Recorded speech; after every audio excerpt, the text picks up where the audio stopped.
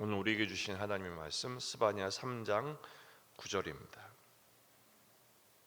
스바냐 3장 9절 말씀 함께 읽겠습니다. 그때에 내가 여러 백성의 입술을 깨끗하게 하여 그들이 다 여호와의 이름을 부르며 한 가지로 나를 섬기게 하리니. 아멘.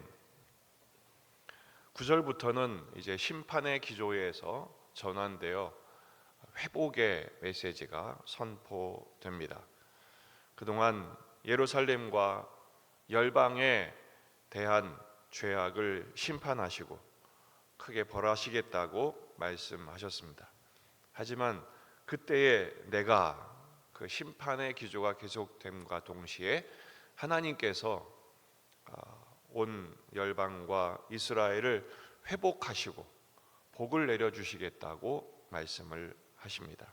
그러니까 심판의 하나님이 회복의 하나님으로 또 반전되어 선포되고 있는 것이죠.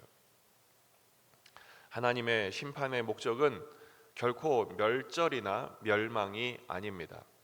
하나님의 심판하시는 이유는 고치시고 회복하시기 위함입니다. 그 회복의 대상은 이스라엘뿐 아니라 모든 열방, 우리들에게도 해당이 되는 것이죠. 어떻게 회복하시는가? 내가 여러 백성의 입술을 깨끗하게 하여 그랬어요. 여기서 입술을 깨끗하게 한다는 것은 정결한 입술을 만드시겠다라는 것이죠. 지금 이스라엘이나 온 세상 사람들의 입술은 어떻게 되어 있느냐? 다 오염돼 버렸습니다. 거짓과 아첨과 탐욕에 오염되어 있는 것이죠. 겉으로 보면 크게 차이가 없어 보입니다. 하지만 그 속을 보면 그가 하는 말과 그 말의 근원인 마음이 심히 부패한 것입니다. 이사야 6장 5절에서 이사야가 하나님의 영광 앞에서 그 영광의 모습을, 하나님의 임재와 영광을 경험하면서 자신을 발견하게 되죠. 이사야 6장 5절, 그때 내가 말하되 화로다 나여 망하게 되었도다. 나는 입술이 부정한 사람이요 나는 입술이 부정한 백성 중에 거주하고 있습니다. 이렇게 고백을 합니다. 이미 이사야는 선지자로 활동을 하고 있었던 시기입니다. 중간에 소명을 받지요. 그런데 그가 깨닫게 됩니다. 나는 입술이 부정했구나. 나의 입술은 이렇게 부패했구나. 나는 이렇게 더럽혀졌구나 고백을 하는 것입니다. 원래 입술이란 단어는 사파라는 단어인데 창세기 11장 1절에 이미 나왔습니다. 온 땅의 언어가 하나요 말이 하나다. 여기서 언어가 입술입니다. 세상이 한 말을 쓰고 있었습니다. 입술이 하나였는데 그 입술의 결과가 뭡니까? 그들의 마음속에 탐욕이 그대로 선포되죠. 돌 대신 벽돌을 굽고 진흙 대신 역청으로 발라서 우리가 성읍을 짓고 도시를 짓고 탑을 쌓자. 그래서 그 탑의 꼭대기가 하늘에 닿게 하여 우리 이름을 내고 온 지면의 흩어짐을 면하자. 그때 인류의 입술은 하나님을 대적하는 입술이었습니다. 하나님께서 그들의 입술을 혼잡하게 하시죠. 그리고 흩어버리십니다. 스스로 우리가 흩어짐을 면하자, 우리가 똘똘 뭉쳐 하나 돼서 하나님을 대적하자 했던 인류의 사조를 순식간에 흩어버리신 것입니다. 오늘 본문에 나오는 백성, 입술, 깨끗함, 흩음, 이 모든 것들은 결국 창세기 11장 바벨탑 사건의 극복이 되는 것이죠. 흩어진 백성들을 다시 모으시겠답니다. 다음 주에 생각하겠습니다만 10절에 내게 구하는 백성들 곧 내가 흩은 자들의 딸이 다 모일 것이다. 그래서 하나님을 섬기게 하시겠다는 것입니다. 오늘 말씀을 통한 교훈은, 기도 제목은 첫째, 정결한 입술을 달라고 기도하십시다.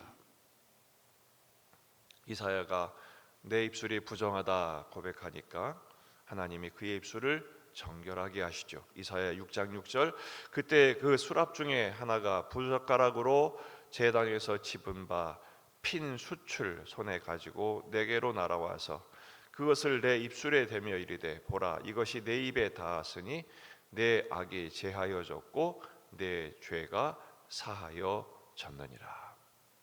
오늘 십자가의 보혈로 정결해진 입술의 사람들이 되시기를 주의 이름으로 축원합니다. 정결한 입술은 뭡니까? 교만한 말을 버리고 자기 이름을 높이지 않는 것입니다. 바벨탑의 정신을 극복하는 거예요. 그들이 한 입술로 한 게 뭡니까? 교만한 말을 했죠. 하늘에 닿게 하자, 자기 이름을 높이자 그랬습니다. 우리는 오직 겸손하게 하나님만을 높이며 다른 사람들을 세워주는 말의 사람들이 되어야 할 것입니다. 두 번째는 거짓을 멈추는 것이죠. 이스라엘과 온 열방이 거짓을 일삼고 그것으로 자기의 탐욕을 채우는 언행을 멈추지 않았습니다. 여러분, 거짓 증거하지 말라는 계명을 기억하시죠? 그런데 여러분, 거짓말하지 않고 살기가 너무나도 어려운 세상입니다. 구조적으로 또 관계적으로 우리는 하루에도, 어떤 학자가 그랬어요. 우리는 5초에 한 번씩 거짓말한다. 좀 심하게 과장하면 거짓말하지 않고 살 수 없는 세상입니다. 참 말을 해야 하고 나아가 진리를 선포해야 한다는 것이죠. 두 번째 기도 제목은 한 가지로 주를 섬기게 해주세요라고 기도해야 됩니다. 한 가지로 나를 섬기게 하리니 그랬어요. 한 가지란 말은 모든 어깨가 나란히 서서 한 사람의 어깨처럼 하나님을 섬기는 종이 되겠다라는 뜻입니다. 하나님을 경외하고 하나님을 경배하며 하나님의 말씀에 순종하는 어깨가 되어야 합니다. 세상의 어깨는 조폭들의 어깨처럼 힘을 주고 자기만 드러내며 자기만을 위해 애를 쓰는 것입니다. 하지만 한 가지 어깨, 주님을 위한 섬김의 어깨가 되어서 경배하고 순종하는 입술이 되어야 하지요. 결국 바벨탑 사건은 사도행전 2장 4절에서 극복이 됩니다. 복음으로 전환되죠. 오순절 성령 강림을 받은 그들이 다 성령의 충만함을 받고 성령의 말하게 하심을 따라 다른 언어들로 말하기를 시작하니라. 그들의 입술은 복음을 선포하는 입술이 되었던 것입니다. 우리를 위해서 큰 일을 행하신 하나님의 십자가의 사랑의 복음을 선포하게 된 것이죠. 한 입술로 흩어진 사람들이 성령의 충만함을 힘입어 난곡 방언으로 복음의 입술이 되어서 예수 그리스도를 증거하고 십자가의 복음으로 구원받게 하는 입술이 된 것입니다. 오늘 이 말씀을 이렇게 적용하십니다. 우리는 예수의 이름을 증거하는, 예수의 이름으로 일어서고 예수의 이름의 능력으로 살아나며 구원받으며 또한 이 예수의 이름만 선포하는 복음의 사람들 되시기를 주의 이름으로 축원합니다. 그렇게 될 때 그 입술이 정결한 입술이요, 하나님의 이름만 높이는 입술이요, 십자가의 능력으로 살고 예수의 이름으로 부활하는, 부활의 생명력으로 살아가는 우리가 될 것입니다. 한 입술로 하나님만 섬기며 주의 뜻대로 살 때 주님이 그를 회복하실 것입니다. 우리를 회복하시고 우리 교회와 성도들의 삶을 통해서 하나님의 선교를 완성하고 성취하고 확장하며 주님의 뜻을 이루는 거룩한 주님의 손과 발이 되게 하실 것입니다. 이 복음의 능력을 누리고 증거하는 저와 여러분이 되시기를 주의 이름으로 축원합니다. 기도하십시다.